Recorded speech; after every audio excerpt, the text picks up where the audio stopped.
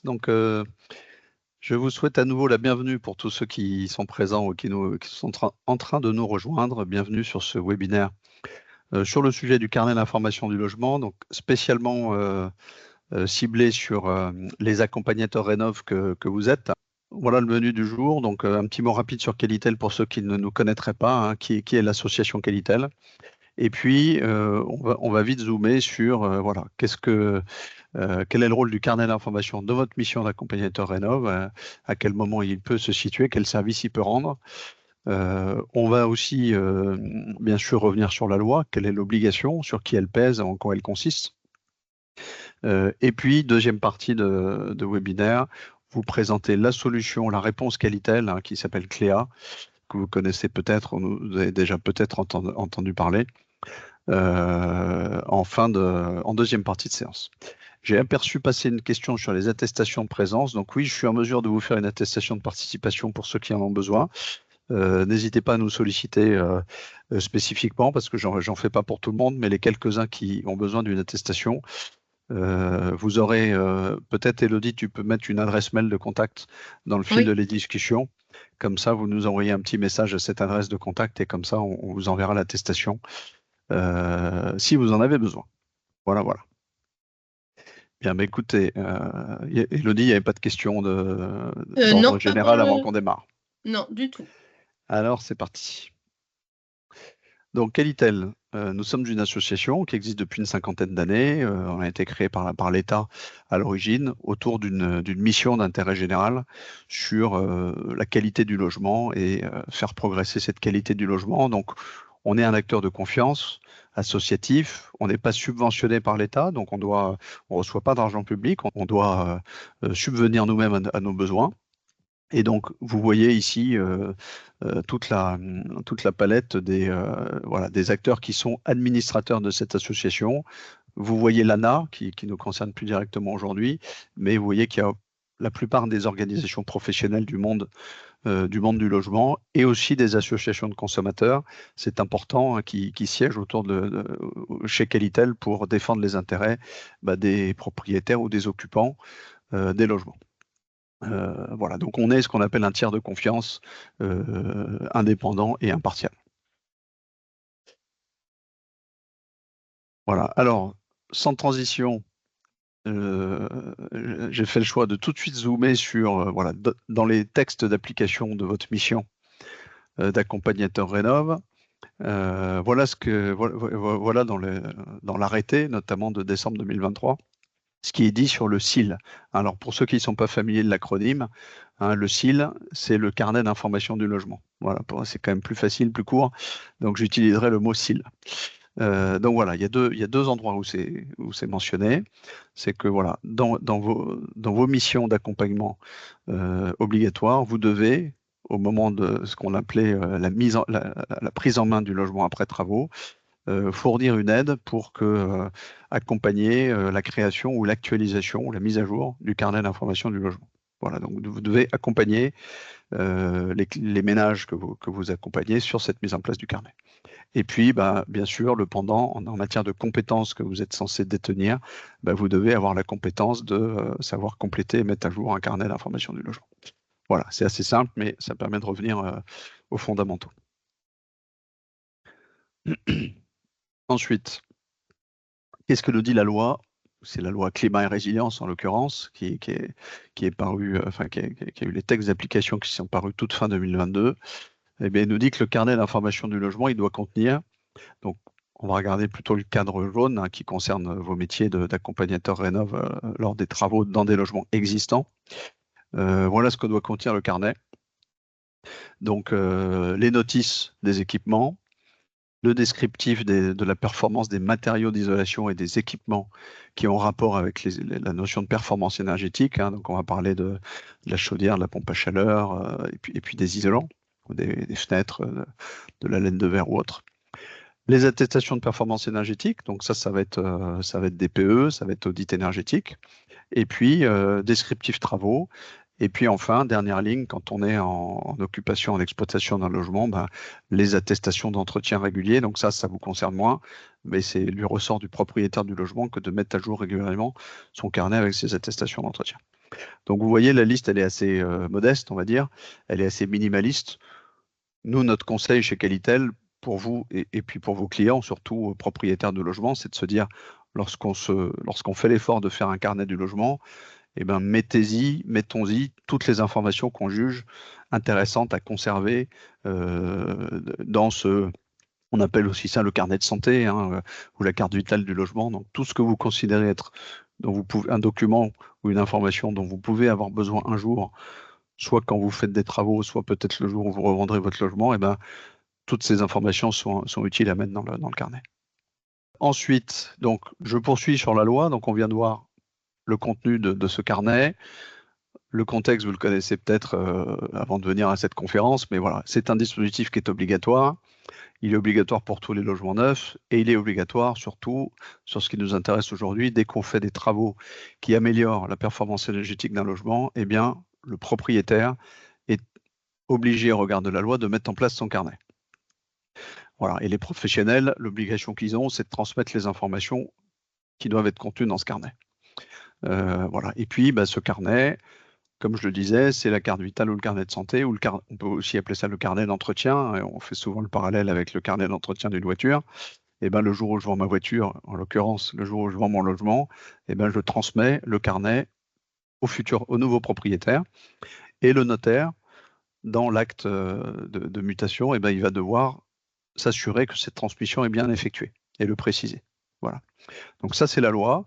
Après, de vous à moi, hein, il faut être, je suis parfaitement lucide et conscient que tout le monde n'est pas au courant de cette obligation.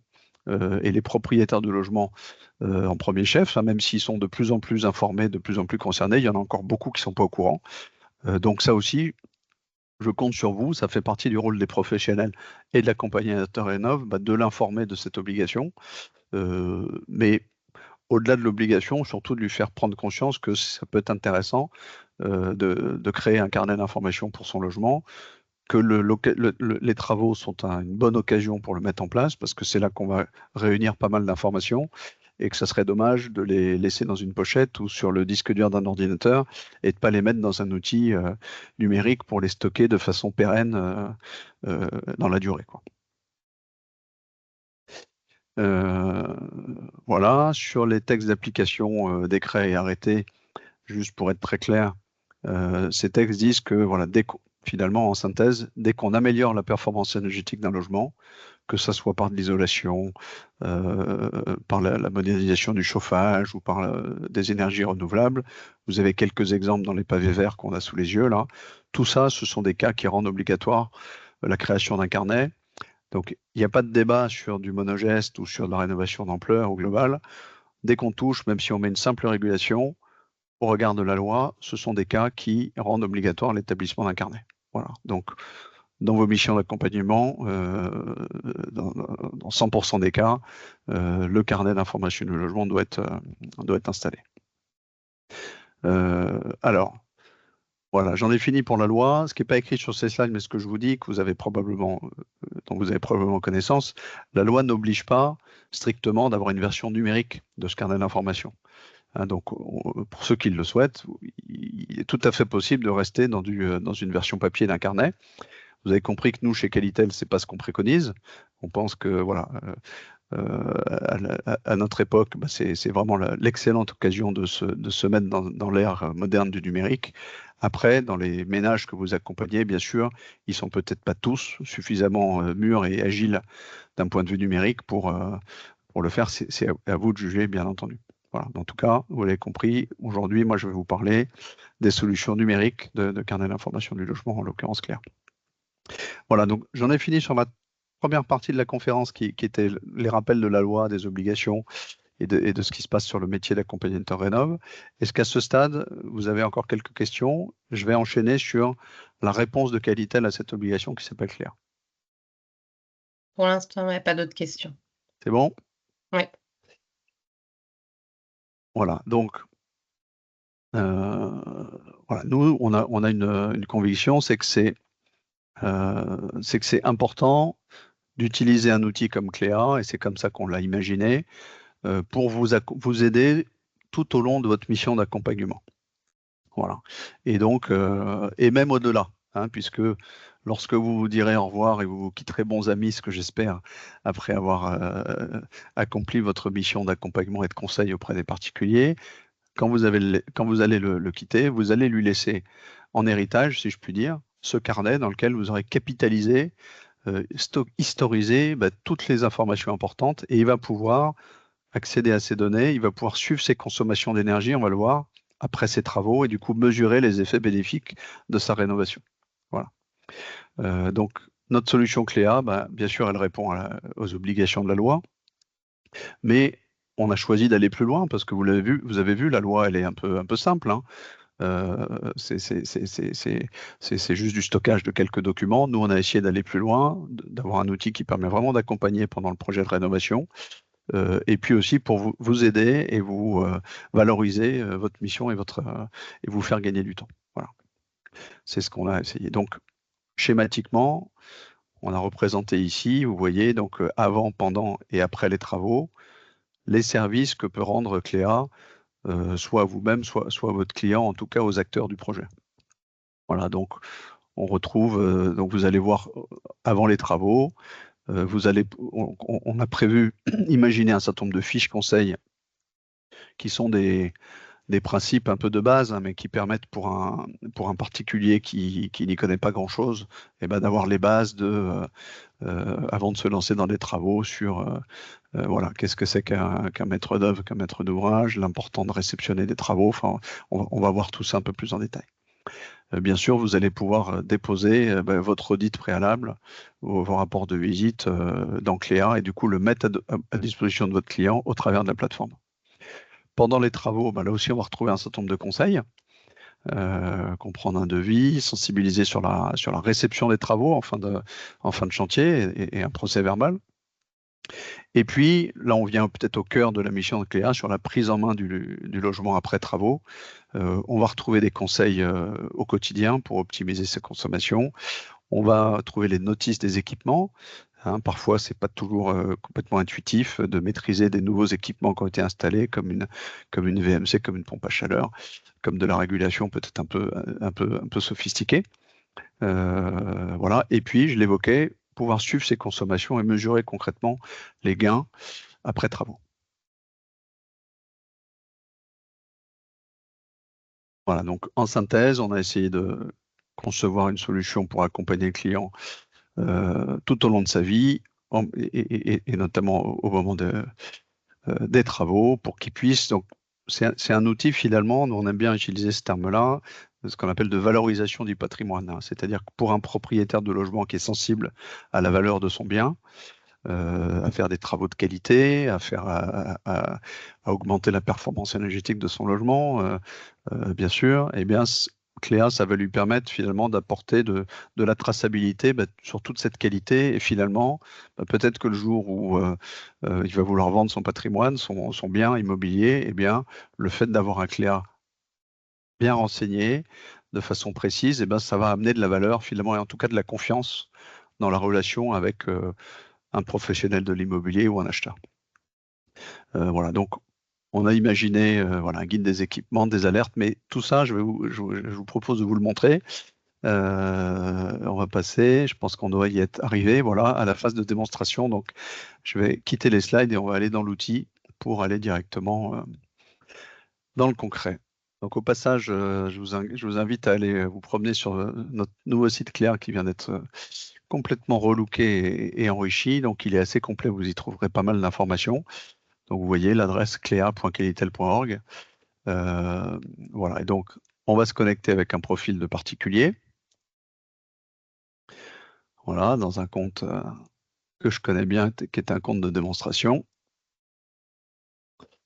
Voilà, donc bienvenue dans le carnet du logement de cette maison à Colombage que vous découvrez en Normandie.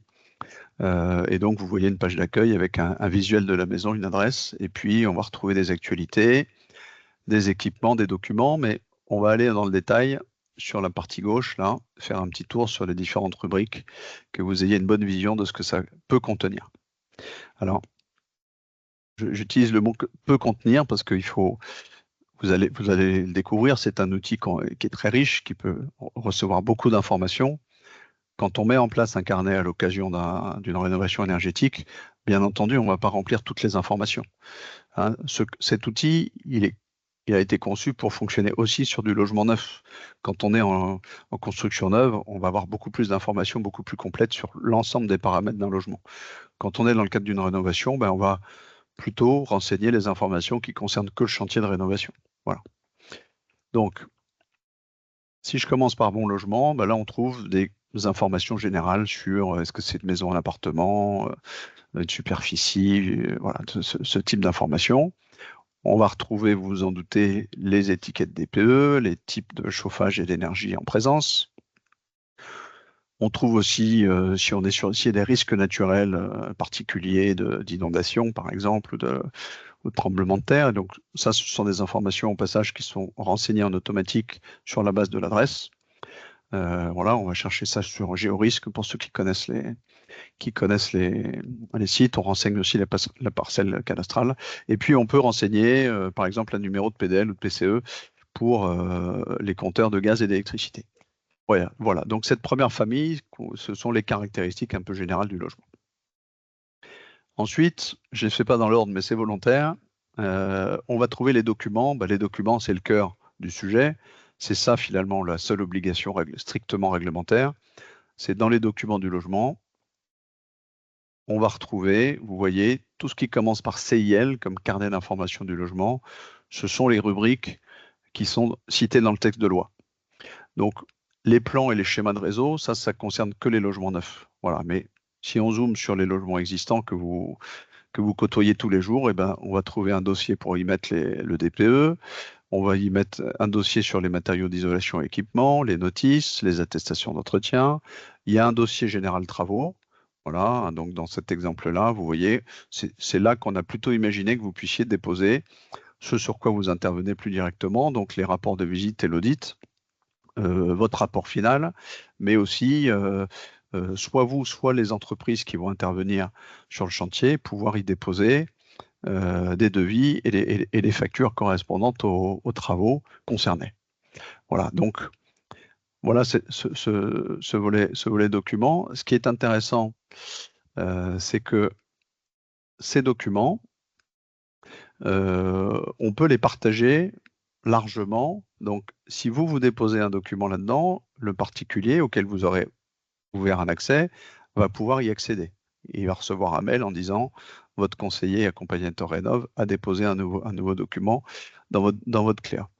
Et puis, le propriétaire ou vous-même, vous pouvez choisir, donc en faisant partager ces documents, vous pouvez choisir de partager tout ou partie des documents qui sont dans le Cléa avec des entreprises extérieures, par exemple un artisan, une entreprise de travaux, mais ça pourrait aussi être un professionnel de l'immobilier comme un notaire. Voilà.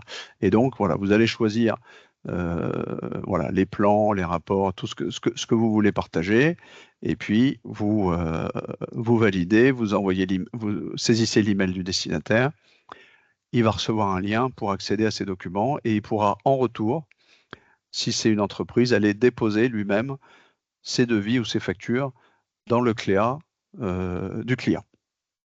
Voilà, je pense que vous avez compris le principe.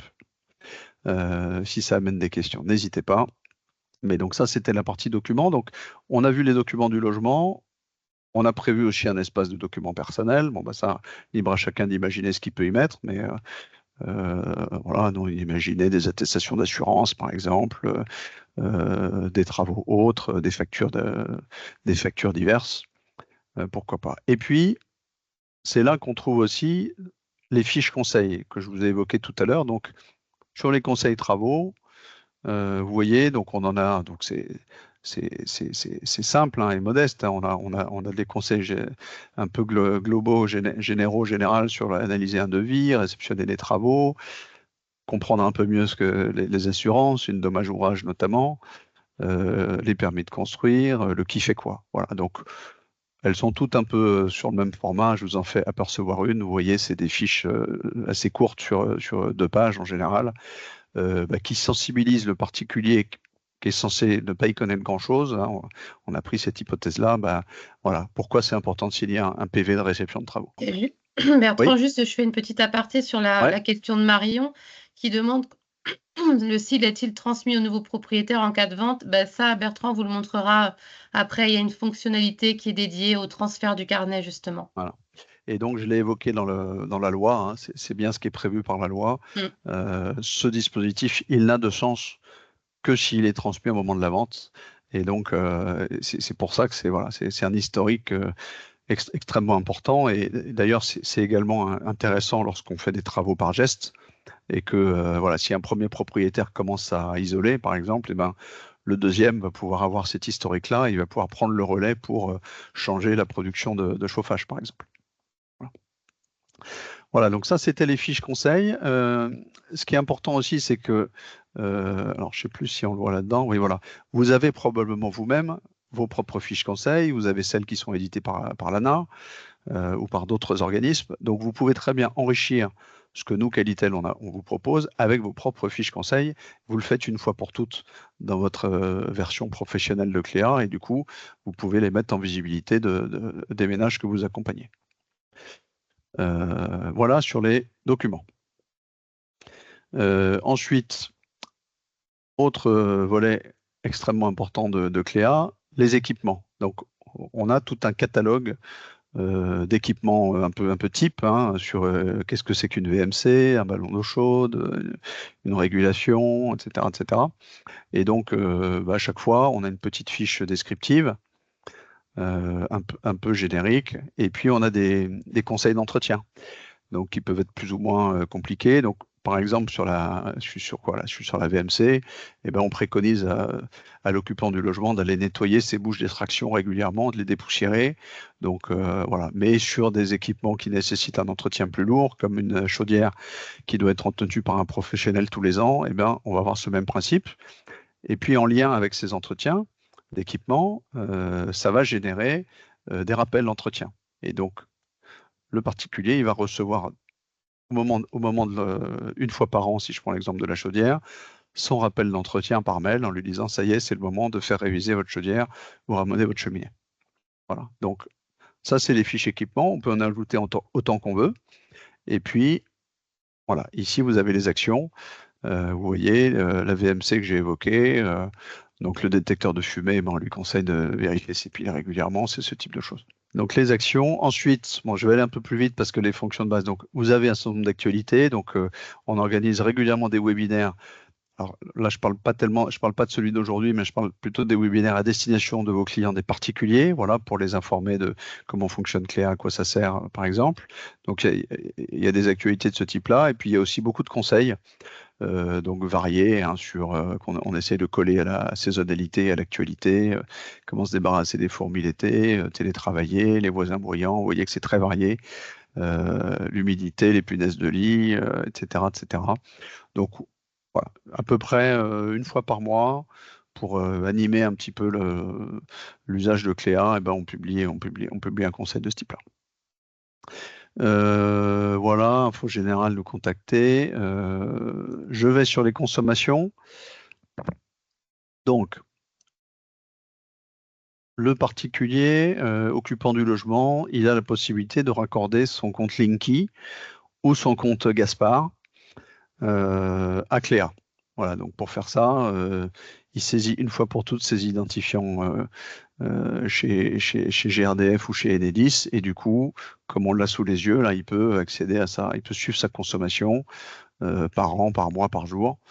Voilà, donc un suivi simple, hein, c'est basique, mais ça permet de tout réunir à un seul endroit, ça évite d'aller sur plusieurs sites pour suivre ces différentes consommations. Et puis, on a mis un petit module de comparaison qui est pas mal. Donc ça permet de comparer deux périodes entre elles. Par défaut, il m'a pris le mois dernier par rapport au mois précédent, vous voyez, donc il compare juillet à août là. Et voilà, donc il me fait une différence. Bon là, en l'occurrence, j'ai baissé de 33% ma consommation, c'est merveilleux. Mais je peux modifier ces dates. Donc c'est là quand je dis qu'on peut faire un avant-après travaux, mesurer l'efficacité de travaux d'isolation par exemple, et ben, je vais pouvoir modifier mes dates pour mesurer ça. Donc voilà, c'est un petit outil pédagogique qui a plein de limites, hein. Les puristes vont dire que ça ne tient pas compte de la réalité de l'usage, de la température extérieure, des degrés jour. Bien sûr, voilà, ce sont des données brutes qu'il faut prendre comme telles, il ne faut pas vouloir faire dire trop de choses. Mais voilà, c'est un petit outil de sensibilisation qui nous a semblé pouvoir être pertinent.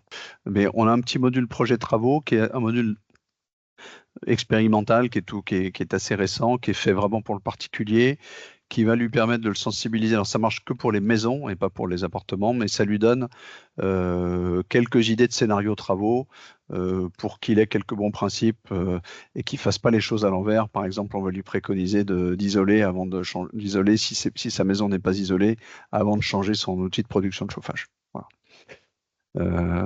Voilà. Mais je passe. Donc, vous avez une bonne vision générale de ce que fait Cléa. J'en termine juste en haut à droite, là, dans mes logements, pour vous dire que, vous voyez, on peut mettre plusieurs logements dans un même Cléa. Là, on était sur celui qui s'appelle La Fontaine. On peut ouvrir un accès à ses locataires si on est propriétaire bailleur. Et puis, c'est un peu coupé là, voilà. Lorsque je vends mon logement, c'était l'une des questions. Lorsque je vends mon logement, bah, c'est très simple. Je saisis ici les coordonnées du nouveau propriétaire. Et quand j'appuie sur transférer, eh bien, il va recevoir un mail, un lien d'accès à ce Cléa, et il va pouvoir prendre possession des informations qu'on vient de voir, qui ont été nettoyées en partie, puisqu'il y a quand même deux choses qu'il ne va pas pouvoir consulter le nouveau propriétaire. C'est l'historique des consommations d'énergie, parce que c'est de la donnée personnelle, et c'est dans les documents, vous vous souvenez, on a un dossier mes documents personnels, donc ça, comme son nom l'indique, ça ne concerne pas le nouveau propriétaire. Voilà. Et le vendeur, lui, l'ancien propriétaire, il va conserver une archive de son Cléa pour pouvoir continuer à accéder à l'historique de ses documents si jamais il en a besoin. Donc juste pour vous dire, donc Cléa existe depuis longtemps, on n'avait pas attendu l'obligation de la loi climat-résilience pour se lancer. On est un outil de référence, hein. Il y a déjà 250 000 logements qui sont équipés. Donc on est voilà, on est l'acteur principal. Alors on n'est pas les seuls, hein. Je suis pas là pour vous faire la pub de mes concurrents, mais il existe d'autres acteurs que vous avez peut-être rencontrés, hein, voilà. Donc voilà, on n'est pas les seuls acteurs, mais je pense qu'on est objectivement, donc on est les leaders et on a la solution la plus complète du marché. En synthèse, Cléa, ça va vous permettre, bien sûr, de répondre à la réglementation, de gérer vos projets, ça va vous permettre d'accéder à une base de conseils qui est quand même, qui a le mérite d'exister, de faciliter la gestion des documents et l'échange, le partage de documents entre les différents acteurs du projet, hein, entre le propriétaire du logement, vous, les différentes entreprises. Vous avez vu que vous pouvez partager de l'information et réunir tout ça en un seul endroit. Ça évite pas complètement les emails, mais l'idée, c'est quand même ça. C'est quand même de limiter l'envoi d'emails dans tous les sens et de se dire, bah, tiens, c'est quoi déjà la bonne version du devis? Parce qu'un devis, bah, c'est normal, c'est itératif, hein, il y a une première version, puis une mise à jour. Là, on est sûr d'avoir dans Cléa toujours la bonne version. Alors, vous découvrez le prix, 50 € par logement, hors taxe. Alors, pour être bien précis, hein, ça n'est pas un abonnement. C'est un prix unique, one shot, comme on dit, hein. C'est-à-dire que vous payez 50 € pour pouvoir accéder à la version professionnelle de Cléa et pouvoir gérer tous les carnets que vous allez pouvoir ouvrir pour vos clients. Donc, c'est 50 € par logement, hein, vous l'avez bien compris. Mais par contre, ce n'est pas un cadeau empoisonné, c'est-à-dire que votre client, il n'aura rien à repayer. On ne va pas lui facturer un abonnement de quelques euros par an comme choisissent de le faire d'autres solutions. Et puis voilà. Donc ensuite, libre à vous d'imaginer comment refacturer. On a un certain nombre de clients, architectes, bureaux d'études ou accompagnateurs rénov indépendants ou thermiciens qui choisissent dans certains cas d'offrir le Cléa à leurs clients, d'autres choisissent de le refacturer à prix coûtant, d'autres choisissent de le refacturer un peu plus cher pour prendre en compte le temps peut-être que ça peut leur prendre. Donc ça, c'est à vous de juger comment répercuter ou pas ce coût sur vos clients. Voilà. En tout cas, voilà, je vous le disais en introduction, nous on a besoin de ces sommes pour pouvoir équilibrer l'équation économique de cette offre. Voilà, et on a essayé de tirer les prix au maximum pour arriver à ce montant de 50 €. Voilà, c'est mon dernier slide. Voilà, si vous êtes intéressé Et si cette présentation rapide, hein, le temps était un peu court, donc j'espère avoir été clair, mais donc vous avez l'adresse mail de contact. Eh bien, merci beaucoup pour votre intérêt. Je vous dis à bientôt, j'espère. Bonne suite de journée. Au revoir.